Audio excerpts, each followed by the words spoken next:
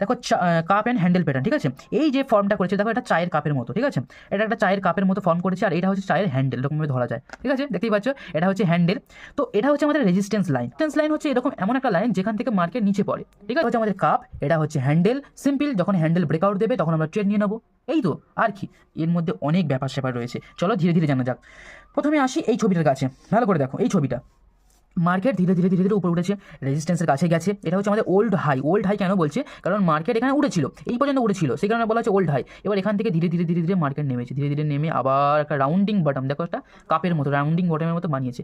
বানানোর পর এই আমাদের রেজিস্ট্যান্সের কাছে এসেছে মার্কেট, এসে এখানটা আবার কনসোলিডেট করছে, মানে এটা আমাদের হ্যান্ডেল বানাচ্ছে, ঠিক আছে।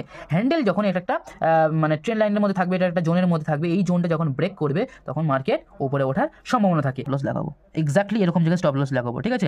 তো স্টপ লস লাগানোর পর দেখতে পাচ্ছ এখান থেকে মার্কেট এখান থেকে ব্রেক করে দিচ্ছে।